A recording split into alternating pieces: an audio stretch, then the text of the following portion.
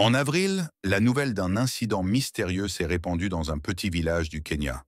Un lion avait atteint les abords de la localité d'une manière inexplicable, bien loin de son habitat naturel. Les habitants étaient stupéfaits, car ils n'avaient jamais vu un lion dans une telle situation. Comment cet animal était-il arrivé là? Normalement, les lions parcourent les vastes plaines herbeuses et évitent les zones habitées par les humains. Pourtant, ce jeune lion s'était aventuré très loin de chez lui. Peut-être avait-il été emporté par un fort courant fluvial, ou s'était-il égaré en cherchant de la nourriture. Lorsqu'il réalisa enfin qu'il se trouvait dans un environnement étranger et hostile, il était déjà trop tard. L'immensité du paysage ne lui offrait guère d'abri, la chasse était infructueuse, et son corps s'affaiblissait sous l'effet de la faim et de l'épuisement. Après un périple de plus de 700 kilomètres, il atteignit enfin les abords d'un petit village. Son corps amaigri tremblait de fatigue, mais son instinct le maintenait en alerte.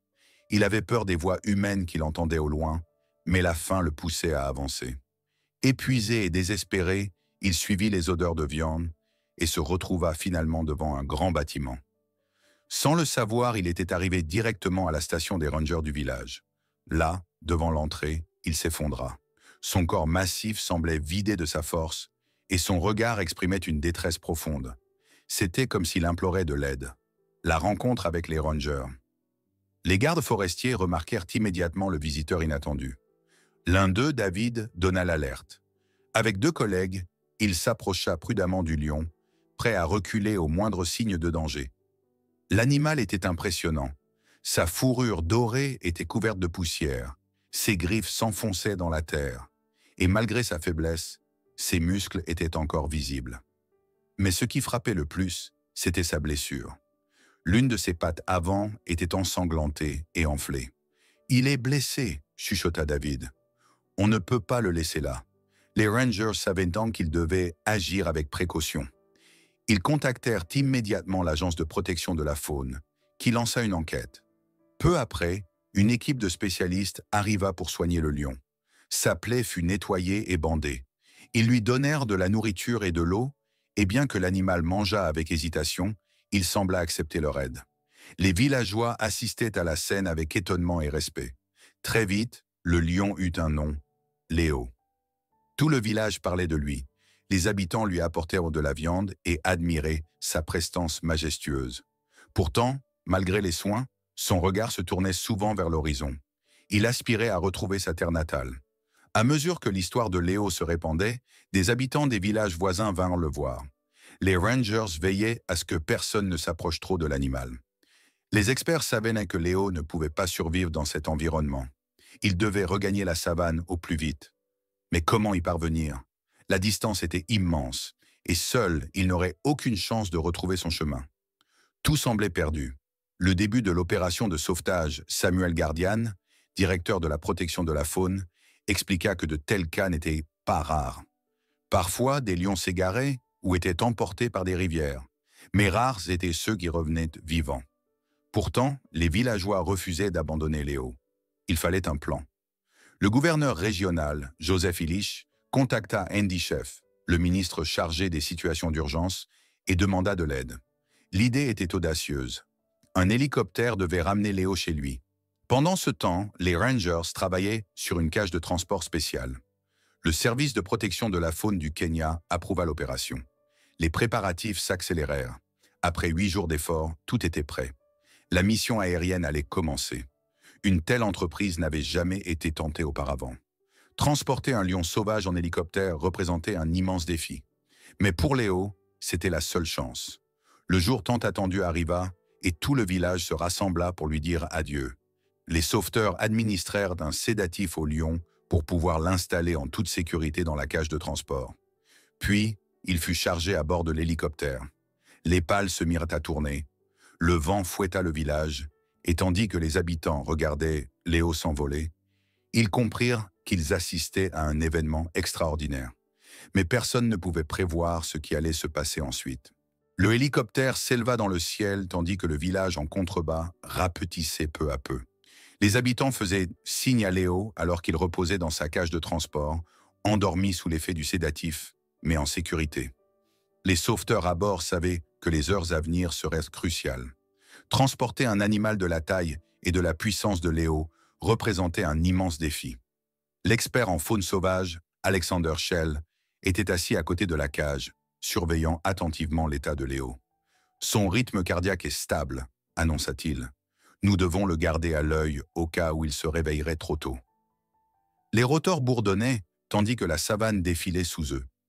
L'équipage parlait à peine, chacun conscient de la responsabilité qui pesait sur leurs épaules. Après plusieurs heures de vol, tout semblait se dérouler comme prévu. Mais soudain, l'inattendu se produisit. Le moment critique. Un bruit sourd brisa le vrombissement des rotors, puis un autre. L'équipage retint son souffle. « Qu'est-ce que c'était » demanda l'un des rangers. Alexander se retourna brusquement. À l'intérieur de la cage, quelque chose bougeait. Les oreilles de Léo frémirent. Ses paupières tressaillirent. Puis lentement, il ouvrit les yeux. Léo était réveillé. Une tension soudaine s'empara de l'équipe. « Restez calme », murmura Alexander. « Il doit d'abord s'orienter. » Léo leva lentement sa tête massive et cligna des yeux. Son regard ambré balaya l'intérieur de l'hélicoptère. Pour l'instant, il restait calme. Mais que se passerait-il s'il paniquait? L'équipage était prêt à lui administrer une nouvelle dose de sédatif si nécessaire. Mais à leur grand soulagement, Léo ne montrait aucun signe d'agressivité. Il inspira profondément, ses muscles se détendirent et il demeura immobile. Alexander l'observa attentivement. « On dirait qu'il accepte la situation », dit-il, soulagé. Malgré tout, chacun restait en alerte. Un seul mouvement incontrôlé pouvait compromettre le vol. Mais Léo resta étonnamment serein, comme s'il comprenait qu'on cherchait à l'aider. Les heures s'écoulèrent lentement. Tous à bord étaient tendus, mais emplis d'espoir. Ils avaient accompli l'impensable, transporter un lion adulte par les airs. Pourtant, ils savaient qu'ils ne pourraient se détendre qu'une fois arrivés à destination. Le retour à la vie sauvage. Après de longues heures de vol, la nouvelle tant attendue retentit enfin. « Nous approchons de la zone d'atterrissage », annonça le pilote. Sous eux s'étendait l'immensité infinie de la savane. C'était le véritable royaume de Léo. L'hélicoptère amorça sa descente. Un nuage de poussière s'éleva lorsque les rotors frôlèrent le sol. L'équipage poussa un soupir de soulagement. Le moment décisif était arrivé, la libération de Léo. Avec précaution, la cage fut descendue de l'hélicoptère et posée sur la terre ferme. Léo ne bougea presque pas. Il observait la scène avec vigilance. Un ranger s'avança et déverrouilla doucement la porte de la cage. Elle s'ouvrit. Mais Léo ne bougea pas. L'équipage retint son souffle. Allait-il vraiment partir? Ou s'était-il trop habitué à la présence humaine?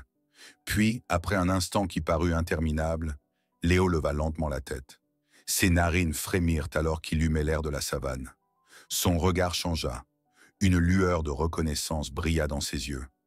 D'un bond, il s'élança hors de la cage. Ses pattes touchèrent la terre sèche, sa queue remua. Puis il se mit à courir. D'abord prudemment, puis de plus en plus vite. L'équipage le regarda s'éloigner, disparaissant peu à peu entre les arbres et les hautes herbes. En quelques secondes, il n'était plus qu'une ombre dans l'immensité de la savane. La mission était un succès. L'équipe exulta. Léo était libre. L'équipage de l'hélicoptère se prépara au voyage de retour. Tous savaient qu'ils avaient participé à quelque chose d'exceptionnel. Un lien unique s'était tissé entre l'homme et l'animal, d'une manière que peu auraient pu imaginer. Mais aucun d'eux ne se doutait que ce ne serait pas la dernière fois qu'ils le verraient. Une vie en liberté. Les mois passèrent, et tandis que le village reprenait son quotidien, on racontait encore et encore l'histoire de Léo. Certains prétendaient l'avoir aperçu à la lisière de la savane. D'autres assuraient avoir entendu son rugissement résonner dans la nuit. Mais personne ne pouvait en être sûr. Une chose était certaine, Léo avait retrouvé son royaume. Et quoi qu'il advienne, ceux qui l'avaient sauvé ne l'oublieraient jamais. Des mois s'étaient écoulés depuis le retour de Léo dans son territoire. Les habitants du village racontaient encore des histoires à son sujet. Certains affirmaient l'avoir aperçu au loin, d'autres juraient avoir entendu son puissant rugissement résonner dans la nuit. Mais nul ne savait avec certitude ce qu'il était devenu. La vie avait repris son cours, jusqu'à ce qu'une catastrophe inattendue s'abatte sur le village. Une terrible sécheresse frappa la région. Pendant des semaines, aucune pluie ne tomba, et les sources d'eau s'asséchèrent. La faune s'éloigna, les champs se flétrirent, et la faim et la soif s'installèrent parmi les habitants. La situation devenait chaque jour plus désespérée. Mais la plus grande menace ne venait pas de la chaleur accablante, mais d'un troupeau d'éléphants affamés. Poussés par la soif et le désespoir, les animaux marchaient en direction du village. Habituellement, ils évitaient les zones habitées, mais le manque d'eau les rendait imprévisibles. Le village en danger. Les premiers éléphants atteignirent les abords du village et commencèrent à ravager les champs. Ils déracinaient des arbres, piétinaient les jardins et menaçaient de s'avancer jusqu'aux habitations. Les villageois étaient impuissants. Ils savaient qu'ils n'avaient aucun moyen d'arrêter ces colosses. Désespérés, les hommes du village tentèrent de les éloigner avec des cris, des torches et des tambours, mais les immenses pachydermes restaient insensibles à ces efforts. La panique gagna les habitants lorsqu'un grand mâle se dirigea droit vers le cœur du village. Tous coururent se réfugier dans leur maison, priant pour leur sécurité. Soudain, un rugissement profond et puissant retentit. Il résonna à travers la nuit, fort et imposant. Les villageois retinrent leur souffle. Ce son, ils le connaissaient. Léo était revenu. Le combat du lion. Une silhouette massive émergea de l'obscurité. Léo avait grandi, il était devenu encore plus fort. Sa crinière était plus épaisse, son corps plus musclé que jamais. Il s'avança à pas lents, se plaçant entre le village et les éléphants. Il rugit de nouveau. Un rugissement autoritaire, un avertissement. Les éléphants s'arrêtèrent net. Ils semblaient hésiter, incertains de la marche à suivre. Léo avançait avec prudence. Sa posture était menaçante mais maîtrisée. Par des mouvements stratégiques et des grondements sourds, il tenta de les repousser. Certains éléphants firent demi-tour et s'éloignèrent. Mais quelques grands mâles restaient encore. L'un d'eux frappa le sol de sa patte massive, poussa un cri assourdissant et chargea vers Léo. C'était une lutte pour la domination. Léo esquiva habilement, bondit de côté et rugit avec une force impressionnante. Son grondement était si profond qu'il vibra à travers la terre. Il ne cherchait pas à attaquer, mais plutôt à semer le doute chez son adversaire. En tournant autour du troupeau, il multiplia les feintes, créant une tension insoutenable. Finalement, les derniers éléphants cédèrent et battirent en retraite. Léo avait remporté la bataille. Pourtant, il resta vigilant. Pendant des heures, il patrouilla autour du village, s'assurant que le danger était définitivement écarté. Ce ne fut qu'au lever du jour, lorsque les villageois sortirent prudemment de leur maison et constatèrent que les éléphants avaient disparu, qu'ils réalisèrent ce qui venait de se passer. La légende continue. Lorsque les villageois virent Léo affronter les éléphants, un profond respect les envahit. Autrefois, ils l'avaient sauvé, et à présent, c'était lui qui les protégeait. Hautain, il observa le village, son regard à la fois serein et attentif. Un vieil homme s'avança et s'inclina légèrement. « Ce n'est pas qu'un simple lion, » murmura-t-il. « C'est notre gardien. » Léo demeura un instant à la lisière du village, comme s'il voulait s'assurer que tout danger était écarté. Une petite fille osa s'approcher et souffla d'une voix timide. « Merci, Léo. » Alors, après un dernier regard, il s'éloigna dans la savane. Il appartenait à la nature, mais son esprit ferait à jamais partie du village. Dès lors, Léo ne fut plus seulement un lion. Il devint une légende. On racontait son courage, son honneur et le lien unique qui l'unissait au village. Les années passèrent, de nouvelles générations virent le jour. Mais l'histoire de Léo ne s'éteignit jamais. Une sculpture de lui fut installée au-dessus de l'entrée du poste des rangers, et les voyageurs qui visitèrent la région écoutaient avec fascination les récits du lion valeureux. Et là-bas, au cœur de la savane, où le vent caresse l'herbe et où le soleil embrase l'horizon, Léo poursuivait son chemin. Libre, puissant, inoubliable. Son rugissement, jadis porteur d'espoir et de bravoure, résonnerait à jamais dans le cœur de ceux qui l'avaient connu. Peut-être, un jour, reviendrait-il, si son village avait à nouveau besoin de lui.